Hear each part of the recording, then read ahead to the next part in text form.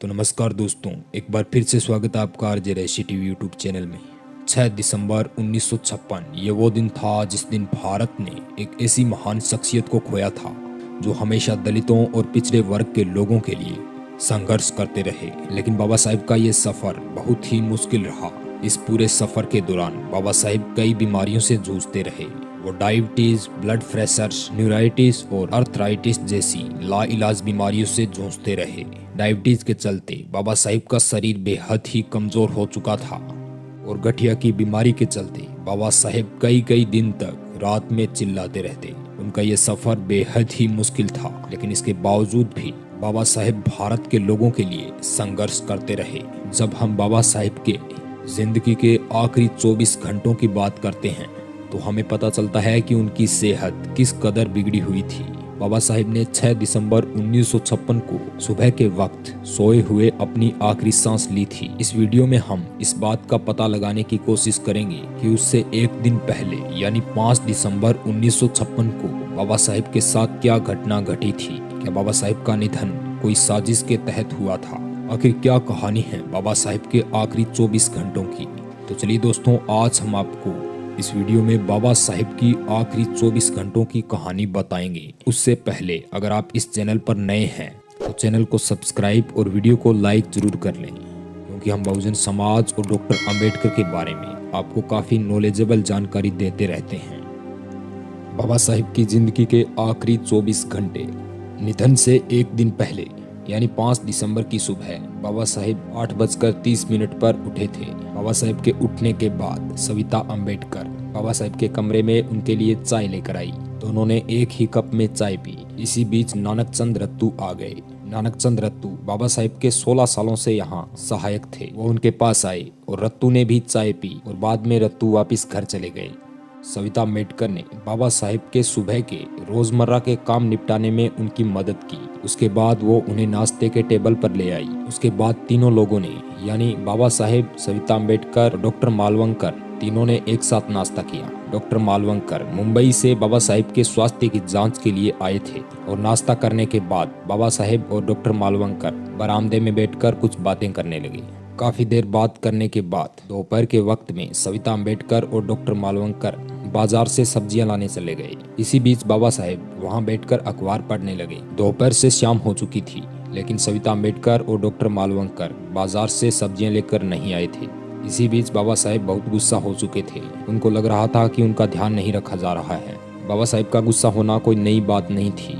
अगर कोई किताब उन्हें अपनी जगह पर नहीं मिलती तो वो अक्सर गुस्सा हो जाया करते थे। जब बाबा साहेब बहुत ही गुस्से में थे तो सविता अंबेडकर बाजार से आई और सीधे बाबा साहेब के कमरे में चली गई। बाबा साहेब सविता अंबेडकर पर काफी नाराज हुए और बाद में सविता उनका गुस्सा शांत करने के लिए रसोई घर में उनके लिए कॉफी बनाने चली गई। वे कॉफी बनाकर ला ही रही थी। उसी शाम 8 बजे जैन धर्म के कुछ लोग उनसे मिलने आए और बाबा साहेब से बात करने के लिए उनसे रिक्वेस्ट करने लगे। बंगले के लिविंग रूम में बाबा साहेब और उनके प्रतिनिधि मंडल के सदस्यों के बीच बौद्ध धर्म और जैन धर्म को लेकर काफी बातचीत हुई और जैन धर्म के लोग बाबा साहेब को कहने लगे कि 6 दिसंबर को होने वाले जैन सम्मेलन में उन्हें आना है। प्रतिनिधि मंडल ने अपील की कि वहां आकर बाबा साहेब जैन धर्म के भिक्षुओं के साथ कुछ बातें करें ताकि बौद्ध धर्म और जैन धर्म के बीच एकता कामयाब हो सके।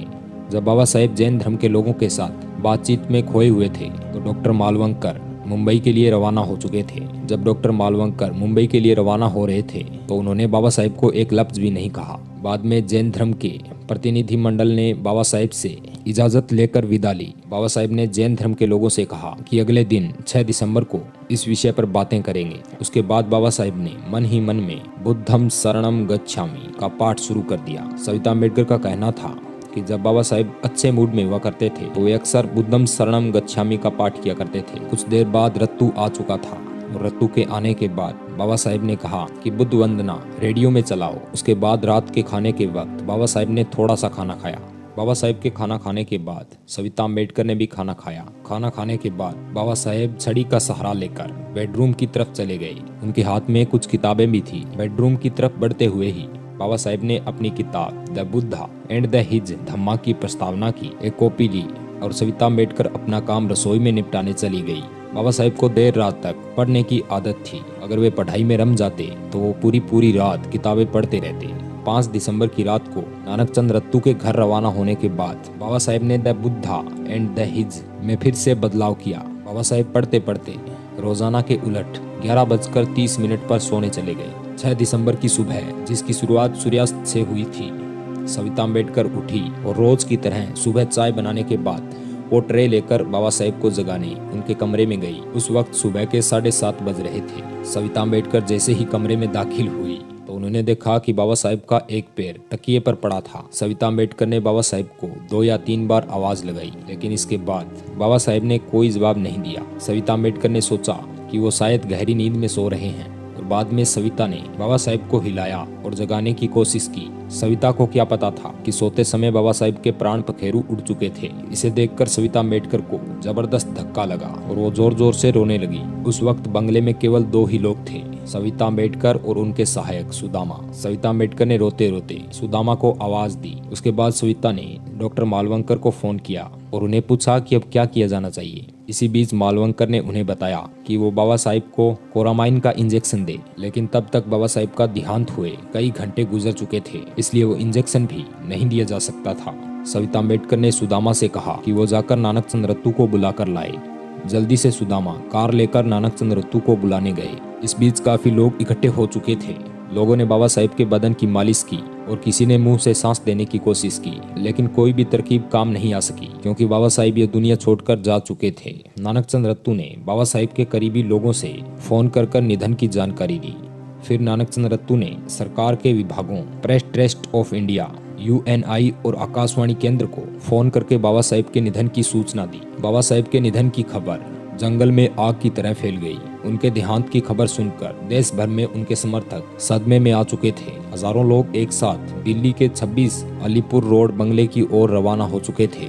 चंगदेव खेरमोड़े अपनी आत्मकथा में लिखते हैं कि सविता अम्बेडकर जिद कर रही थी कि बाबा साहेब का अंतिम संस्कार सारनाथ में किया जाए, लेकिन बाद में यही तय हुआ कि बाबा साहेब का अंतिम संस्कार मुंबई में किया जाए। उसके बाद 26 अलीपुर रोड के बंगले पर प्रधानमंत्री जवाहरलाल नेहरू और केंद्र सरकार और मंत्री संसद के दोनों सदनों के संसद और बाबा साहेब के अनुयायी जमा होने लगे। इसी बीच बाबा साहेब के पार्थिव शरीर को मुंबई ले जाने के लिए जगजीवन राम ने एक विमान की व्यवस्था की। उसके बाद बाबा साहेब का पार्थिव शरीर नागपुर होते हुए मुंबई ले जाया गया। मुंबई में हजारों लाखों लोगों की भीड़ इकट्ठा हो चुकी थी। भारत के सभी लोग सदमे में थे और बाद में मुंबई में ही बाबा साहेब का अंतिम संस्कार किया गया। तो दोस्तों, आज के लिए बस इतना ही। मिलेंगे नेक्स्ट वीडियो में, तब तक के लिए जय भीम, नमो बुद्धाय।